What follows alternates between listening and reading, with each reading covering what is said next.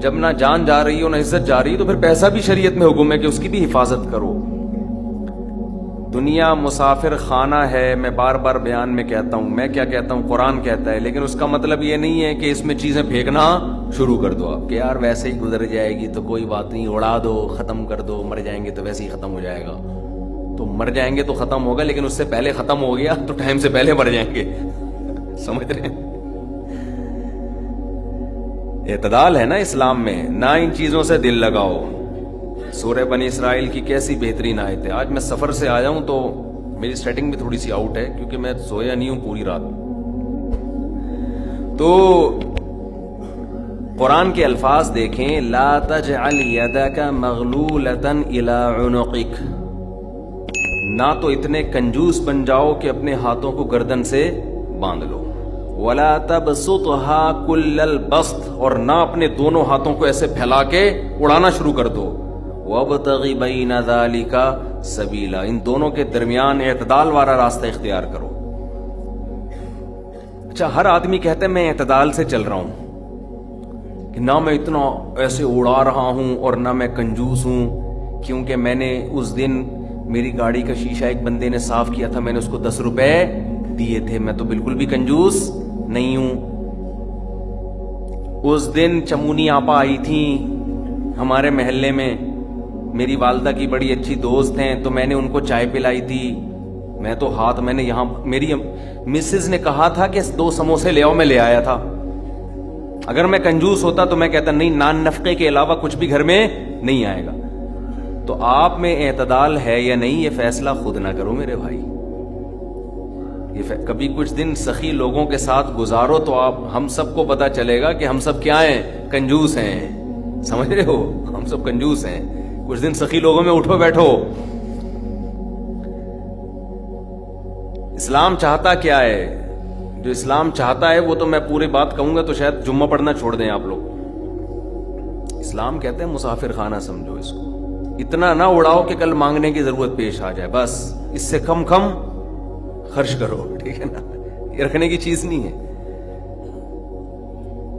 لیکن ہم یہ نہیں، ہم نے تو کتنے سالوں کا جمع کر کے رکھا ہوا ہے، جمع ہوتا جا رہا ہے، ہوتا جا رہا ہے، ہوتا جا رہا ہے، پلاٹ کی شکل میں، گولڈ کی شکل میں، دکانیں، پھر پراپرٹی، ہوتے ہوتے ہوتے.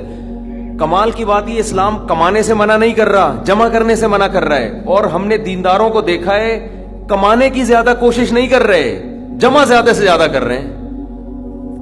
عجیب. بھائی ارننگ بڑھاؤ، اپنی ڈبل کر دو، اس میں فائدہ ہے. مسلمان پاورفل ہوگا تو اسلام ترقی کرے گا. تو کہتے ہیں نہیں یار میری آمدن مہینے کی اتنی ہے تو مجھے کیا ضرورت ہے. لیکن اس آمدن کو کیا کر رہے ہیں؟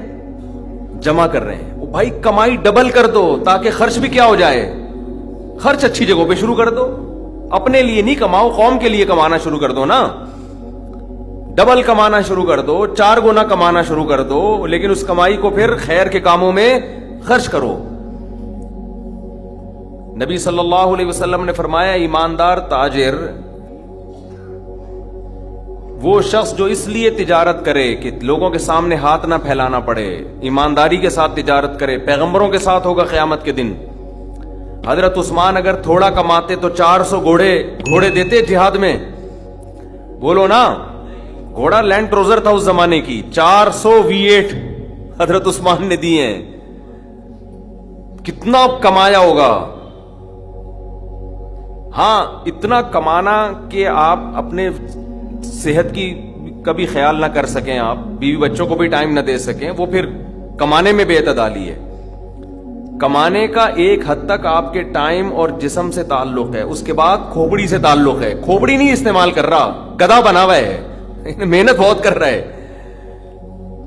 ہم نے ایسے کمانے والے دیکھے ہیں کہ سارا دن کمانے کی فکر میں ہوتے ہوتے بچوں کی فکر ہی نہیں ہے، بیوی کو ٹائم نہیں دے رہے، ماں باپ کو ٹائم نہیں دے رہے، اپنی صحت کو ٹائم نہیں دے رہے. تو زیادہ کمانے کا یہ مطلب ہرگز نہیں ہے.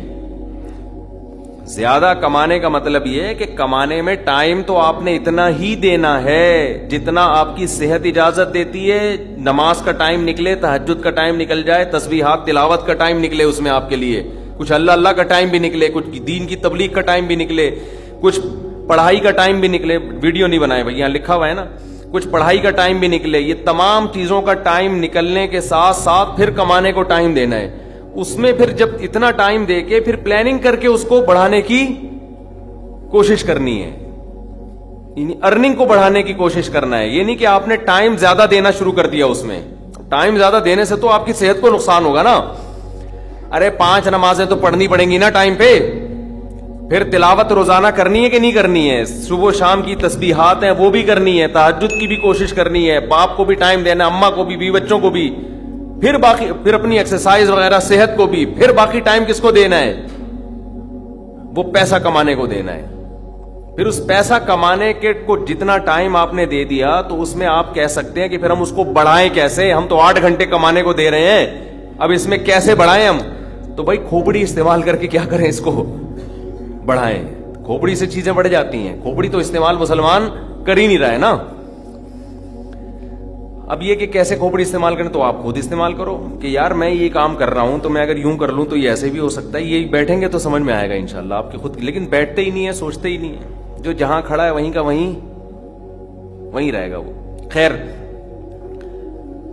تو میں کیا عرض کر رہا تھا, وہ تو بات ختم ہو گیا. آپ لیٹ آئے نا, اصل بات کچھ اور شروع ہوئی. اچھا خیر, جلدی سے بات کو میں لے کے آتا ہوں. تو اعتدال جو ہے نا, سخاوت, سخی لوگوں میں آپ اٹھیں گے بیٹھیں گے تو پتہ چلے گا کہ اعتدال کسے کہتے ہیں. عربوں میں بڑی سخاوت ہے, ہم نے علماء میں بڑی سخاوت دیکھی ہے. تو سخاوت کا مطلب یہ ہے کہ آپ اتنا خرچ نہ کریں کہ کل آپ کو مانگنا پڑ جائے. اس کا علماء نے ایک معیار بیان کیا ہے, وہ خوب اچھی طرح سمجھ لیں, وہ بڑا زبردست معیار ہے کہ اپنے اور اپنے بیوی بچوں کے لیے 1 سال کا ذخیرہ کر لیں پیسوں کا, چاہے وہ گولڈ کی شکل میں ہو یا کرنسی کی شکل, بہتر ہے گولڈ کی شکل میں ہو. آج اگر آپ جاب لیس ہوتے ہیں تو 1 سال تک اگر آپ کو جاب نہ بھی ملے تو آپ نے جو پیسہ اسٹور کیا ہوا ہے اس سے اسی معیار کی زندگی اپنے گھر والوں کو دے سکتے ہیں جو اب تک دیتے آئے.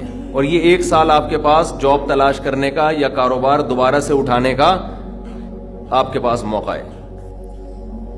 1 سال سے زیادہ کی پھر کوئی انتہا نہیں ہے. لوگ کیا کرتے ہیں, جمع کر رہے ہیں کہ کل اگر جاب چلی گئی, کل اگر کاروبار ٹھپ ہو گیا تو بھائی کل کیا, پھر تو خبر تک کا رکھو سنبھال کے. وہ تو پھر ٹینشن سے ہی دنیا سے جاؤ گے. تو کچھ اللہ پہ توکل کرو نا اس معاملے میں. اللہ ہمارے بس میں یہ تھا, 1 سال ایک خاص مقدار ہوتی ہے, اس میں چاروں موسم آ جاتے ہیں. بھائی کاروبار آپ کا نہیں چلا, سردی میں نہیں چلا تو ہو سکتا ہے گرمی میں چل جائے, خزاں میں چل جائے, بہار میں چل جائے, تو کبھی نہ کبھی تو چلے گا. نہیں چلا تو پھر اللہ نہیں چلانا چاہتا, وہ اسی میں اللہ کرے بیٹھ کے. جو آدمی اللہ پہ اعتماد توکل نہیں کرتا وہ تو کبھی زندگی میں سکون میں آ ہی نہیں سکتا ہے. تو 1 سال کا اسٹور کر لیں آپ. اور بہت اللہ نے پیسہ دیا ہے تو بچوں کے لیے ایک پراپرٹی لے کے ڈال دی, پلاٹ 2-4 لے کے ڈال دی. مرنے کے بعد بچے بالکل روڈ پہ نہ آ جائیں بس. باقی کیا کرو, کھاؤ کھلاؤ. ٹھیک ہے, کیا کریں. ایک لطیفہ سنا دوں, ہمارے ایک دوست نے بھیجا تھا بڑا زبردست قسم کا. ہمارے ایک دوست ہیں لاہور میں, انہوں نے کسی کا لطیفہ بھیجا, لیکن لطیفہ بڑا سبق آموز ہے. وہ ایک آدمی گیا گوشت کی دکان پہ, شاید آپ لوگوں نے بھی سنا ہو, اور کہنے لگا کہ 1 کلو گوشت دے دو. اتنے میں ایک بندہ آیا, یہ آدمی لینڈ کروزر میں گیا نا, بڑی VIP گاڑی میں, مالدار آدمی ہے. گوشت کتنا لے رہا ہے, 1 کلو. دوسرا آدمی آیا, اس نے کہا بھائی 10 کلو گوشت دے دیں, چانپیں بھی اور دل بھی, کلیجی بھی, پٹ کا گوشت الگ, بکرے کی الگ نکال, فلانے الگ نکال. بڑے بھائی وہ کسائی اس کو چھوڑ کر اس کے پیچھے لگ گیا نا, اس کو پہلے گوشت بنا کے دیا. یہ جو 1 کلو والا تھا نا 1 کلو والا, اس کو غصہ آیا کہ یار اس کو تو 10 کلو دے رہا ہے کم بخت, 10 کلو والے کو پہلے دے رہا ہے. اس نے کہا بھائی وہ اس کا آرڈر بڑا ہے, وہ پرانا کسٹمر ہے ہمارا. اس نے کہا یار اس کے پاس اتنا پیسہ کہاں سے آیا کہ اتنا ویسے گوشت لے کے جا رہا ہے. اس نے کہا بات یہ ہے کہ اس کی 4 بیویاں ہیں. اس کی کتنی بیویاں ہیں, 4 بیوی, 4 بیوہ ہیں. اور یہ 4 بیویاں کسی مالدار آدمی کی بیویاں تھیں جو ان کے لیے بہت پیسہ چھوڑ کے گئے اپنی بیویوں کے لیے. اس مالدار نے کھایا کم اور بچایا بولو زیادہ. اور بچانے میں زندگی گزر گئی اس کی، تو ظاہر ہے کھانا نصیب نہیں ہوا، مر گیا۔ وہ مر گیا جب میں نے اس اسٹائل سے کہا نا، تو مجھے وہی یاد آ گیا لڈن جعفری، اللہ مر گئے پھر دوبارہ زندہ ہو گیا، کچھ اسٹائل اچھا تھا۔ تو بچایا نہیں، اور سوری بچا کے مر گیا۔ اب ظاہر ہے بیوی جو تھی ان کو پیسہ مل گیا ٹھیک ٹھاک، اب ان کے پاس پیسہ ہے، بندہ مارکیٹ سے شارٹ ہے۔ عورت کو ظاہر ہے پیسے کے ساتھ شوہر بھی تو چاہیے نا، اس میں بھی ڈیزائرز ہیں، اس کو بھی ضرورت ہے میاں کی۔ تو یہ غریب کا جذبہ تھا 4 شادیاں کرنے کا نا، تو یہ کرتا چلا گیا، پرانے والے کا سارا پیسہ کس کے پاس آ گیا، اب یہ بیوی کے خرچے پہ کھا رہا ہے، یہ بچا نہیں رہا، ظاہر ہے عورت کا پیسہ ہے۔ تو یہ دوسرے کے پیسے پر ان کی بیویوں سے شادی بھی کی ہوئی ہے، اور اس دوسرے کے پیسے پر کھا بھی رہا ہے، اس لیے یہ 10 کلو گوشت لے کے جاتا ہے، سمجھ رہے ہو؟ اس نے فوراً کہا میرے لیے بھی 10 کلو بنا دے، میں نہیں چاہتا میرے مرنے کے بعد میرا ہوا بچا پیسہ کوئی اور بے غیرت استعمال کرے، معذرت کے ساتھ۔ ابے پہلے خود تو کھاؤ، اس وقت جو تمہاری حاضر سروس بیوی ہے، بولو تم جب تک میری بیوی ہو تو کھاؤ، ٹھیک ہے نا، تم بھی کھاؤ میں بھی کھاؤں گا۔ مر گئے تو بھائی وہ اس کے لیے نکاح کا دروازہ، اور جب ہمارے بیانات چل رہے ہیں تو یہ تو اور دروازہ کھل گیا ہے، پہلے تو بیوہ کو رشتہ ہی نہیں ملتا تھا نا، اب تو بہت سی بیوہ ایسی مارکیٹ میں آ گئی ہیں، پیسہ بہت ہے بندہ نہیں ہے، ہم اپنے خرچے پہ شادی کرنے کے لیے تیار ہے، کوئی شریف آدمی مل جائے ہمیں، اب تو ایسی بیوہ بہت آ گئی ہے مارکیٹ میں کہ جی پیسہ ہمارے میاں بہت چھوڑ کے گیا، بندہ نہیں ہے۔ تو میں نہیں کہہ رہا آپ بیوی کے لیے پیسہ نہ بچائیں، لیکن یہ دماغ میں رکھیں کوئی بغیرت آپ کے پیسے پہ آپ کی بیوی کے ساتھ زندگی گزارے گا، خرچہ آپ کا ہوگا، آپ اس کو پیسہ دے کے جا رہے ہیں۔ تو اعتدال اس چیز میں ضروری ہے، ایسے لاوارث نہ چھوڑو اپنے بیوی بچوں کو، لیکن اعتدال، اتنا بھی نہ دو تو کہ ہری ہری سوجنا شروع ہو، بچوں کے لیے بھی بناؤ کچھ۔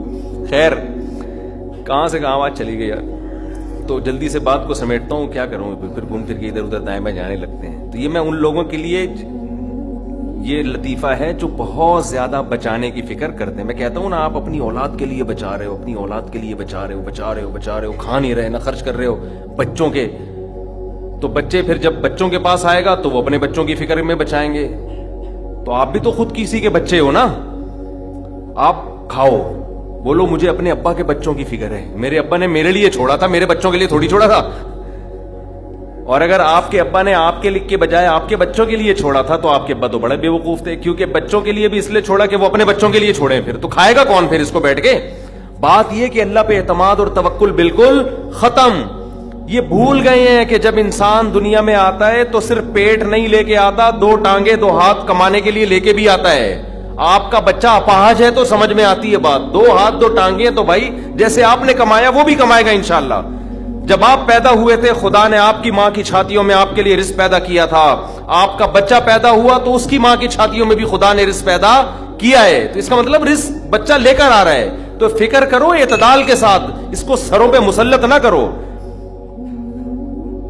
مسلط نہیں کرو، مسلط اتنی کرو کہ بس میں نے کمانا ہے، بیوی بچوں کو فی الحال کھلانا ہے میں نے، اس کے علاوہ رزق کے دروازے کھل رہے ہیں تو کھلے، جتنا اللہ کھول دیتا ہے، بعض دفعہ نہیں کھولتا اللہ تعالیٰ، یبسط الرزق لمن یشاء ویقدر، جس کے لیے چاہتا ہوں رزق کھول دیتا ہوں، جو جس کے لیے نہیں چاہتا وہ ایڑیاں کس رگڑ لیتا ہے مگر رزق کا دروازہ نہیں کھولتا۔ تو ٹینشن کس بات کی ہے، یہ تو اللہ کے ہاتھ میں ہے، آپ نے کوشش کرنی ہے، نتیجہ آپ کے ہاتھ میں نہیں ہے۔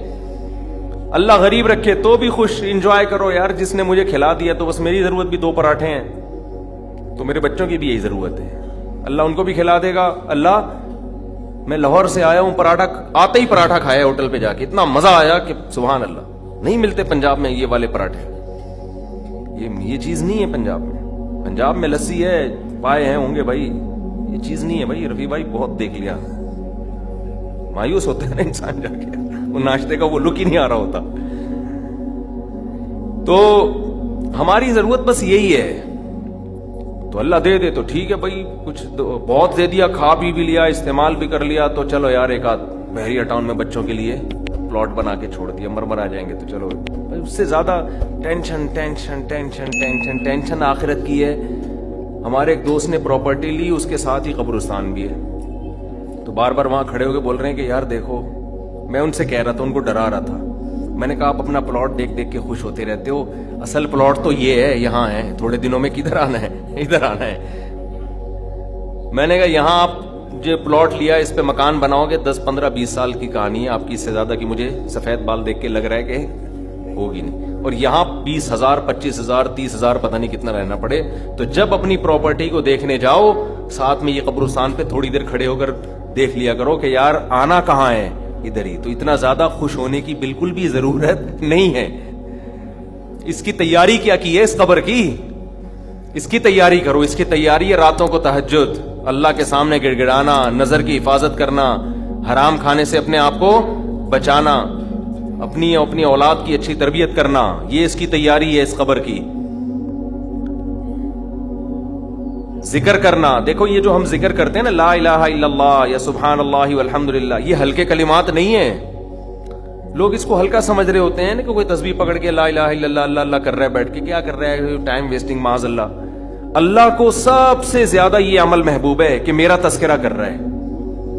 ہم جب دنیا کا تذکرہ کرتے ہیں, پراپرٹی وہاں چلی گئی, ابے تجھے پتا ہے وہ بھی ہاتھ سے نکل گئی پراپرٹی, اور یہ بھی ہو گیا اور وہ بھی ہو گیا, ابے تجھے پتا ہے آج کل کون سا بزنس چل رہا ہے, صبح و شام دنیا دنیا دنیا جو کرتے ہیں نا, اس میں ہمیں دلچسپی ہے, اللہ کو کوئی دلچسپی نہیں ہے. یہ فنا ہونے والی چیز ہے.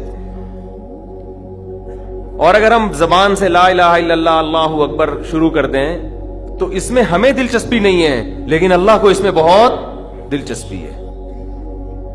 نبی صلی اللہ علیہ وسلم نے فرمایا اللہ کے ذکر کے علاوہ سب کچھ اس دنیا میں باطل ہے, سب کچھ باطل ہے. دنیا کا تذکرہ بھی اللہ کے لیے ہو تو اچھا ہے. آپ پراپرٹی بھی لے رہے ہیں تو یار اللہ کے لیے لے رہا ہوں میں, کہ اللہ کا حکم ہے کہ سب اڑاؤ نہیں, کچھ اگر اللہ نے وسائل دیے تو کچھ بچا لو اولاد کے لیے, تو اللہ کا حکم ہے تو یہ ذکر بن جائے گا. لیکن ہمارے ایسا نہیں ہے ہمارا مزاج. ہم تو دنیا کے چسکے لے لے کے تذکرے کرتے ہیں ہر وقت. تو یہ اس کی اگر ہم معمول بنا لینا, تسبیح ہاتھ میں رکھیں, میں نے دیکھا اس کا بڑا اثر پڑتا ہے. لاشعوری طور پر انسان کی زبان چلنا شروع ہوتی ہے, لاشعوری طور پر. تو عادت ڈالیں اللہ کا نام لینے کی, اس سے دماغ ہٹے گا. یہ جو گند میں دنیا کے گٹر جو ہمارے حضرت فرمایا کرتے تھے, دنیا کی محبت کے دلوں میں گٹر ابل رہے ہیں, تو سکون کہاں سے ہوگا؟ سکون خوشبو میں ہوتا ہے, گٹر کی بدبو میں تھوڑی ہوتا ہے. یہ دنیا کی محبت میں بھی اسمیل ہے, ایک بدبو ہے.